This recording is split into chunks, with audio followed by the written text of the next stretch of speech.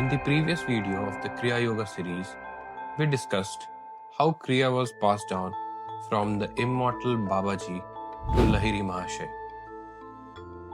Today, we will discuss about some of Lahiri Mahasaya's chief disciples. When we speak about enlightenment, we often imagine a single shape, a single posture, a single personality, a single kind of saint. But this idea is not ancient, it is modern. True spiritual traditions understood something subtler. Realization expresses itself differently in myriad forms, in different types of nervous systems. And very few teachers embodied this truth as clearly as Lahiri Mahasaya. Lahiri Mahasaya did not manufacture saints. He did not produce replicas of himself.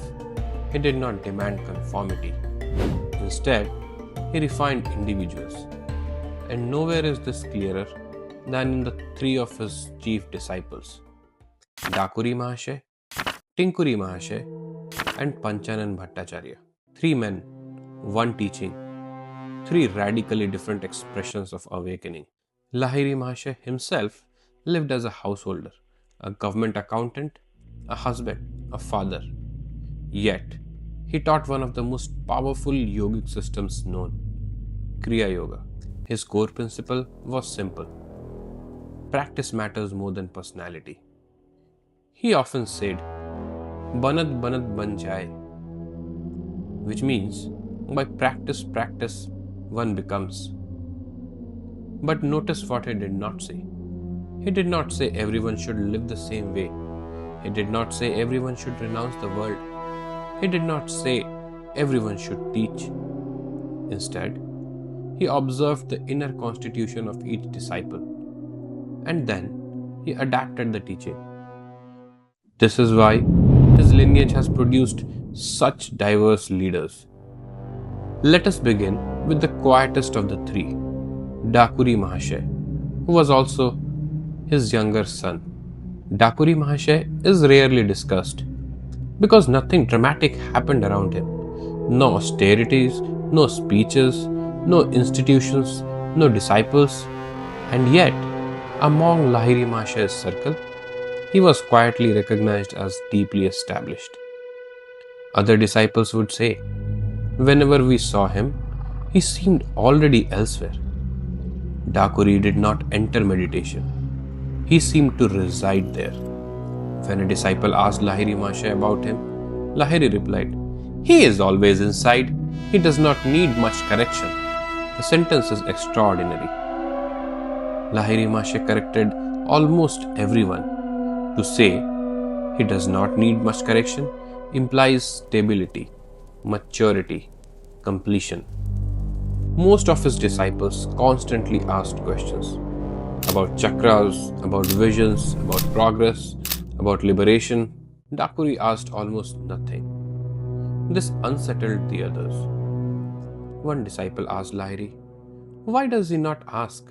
Lahiri replied, "Questions arise when the mind still moves. When it rests, silence teaches." Dakuri's teaching was not verbal. People reported that simply sitting near him, the breath slowed, thoughts softened, time seemed to loosen. No technique was given, no philosophy explained, just presence. Dakuri Mahasaya teaches us something very difficult to accept today. Progress does not always look like activity. In a culture obsessed with output, Dakuri represents completion without display. Now we turn to the opposite temperament, Tincouri Mahasaya, who was the elder son of Lahiri Baba. Tincouri Mahasaya was built for fire. He was not built for balance. He was built for burning through. When he approached Lahiri Mahasaya, he expressed a single desire: "I want only God." To which Lahiri replied, "Then you must give up not only the world, but the desire to escape it as well." Tincouri accepted without hesitation. Tincouri engaged in severe practices: long fasts, sleepless nights, near total withdrawal. Others admired his intensity. Lahiri did not. He corrected him sharply. Do not torture the body. It is an instrument, not an enemy.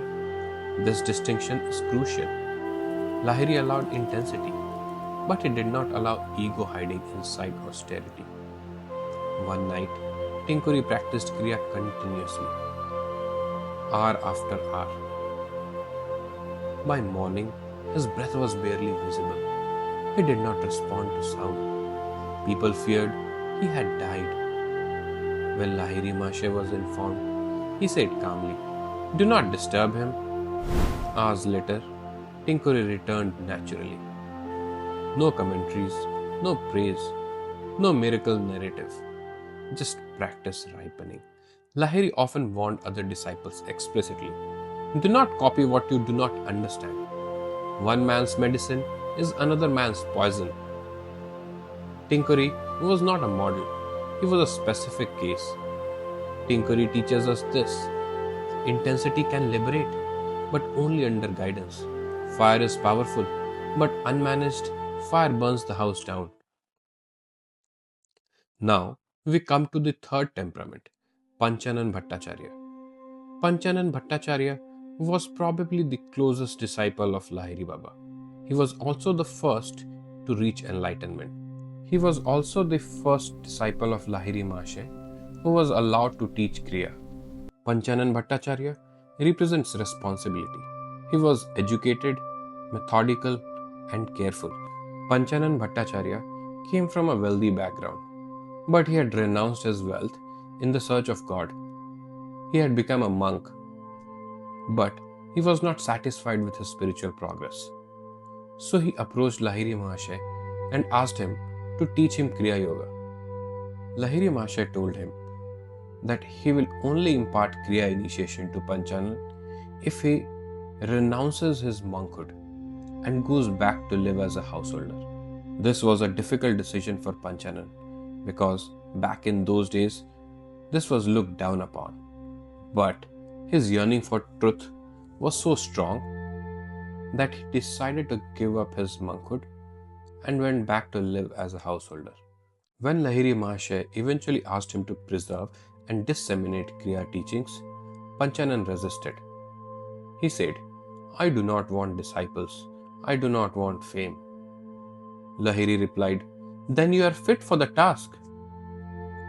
Authority for Lahiri was never a reward, it was a burden. Panchanan carefully recorded Lahiri's teachings in his notebooks, but he hesitated to publish them. He feared misuse. Lahiri corrected him. Knowledge does not become pure by being hidden. This single instruction changed history. Kriya teachings were printed, distributed, made accessible beyond caste and geography. When Panchanan later expressed sorrow at the thought of Lahiri's death, Lahiri said bluntly, "You are attached to my body. The attachment will obstruct your realization." Then he added, "If you see me in practice, you will never lose me." After Lahiri Mahasaya's death, disciples reported clarity, inner guidance, deepened practice, not visions of a person, but continuity of a method. Panchanan teaches us this: transmission requires humility, not charisma. Now, step back and look at all three together: Dakuri, Tincouri, Panchanan, stillness, fire, responsibility. Same Kriya, different nervous systems, different karmas. Lahiri Mahasaya did not prefer one over the others. He allowed awakening to express itself naturally. This reveals his deepest insight.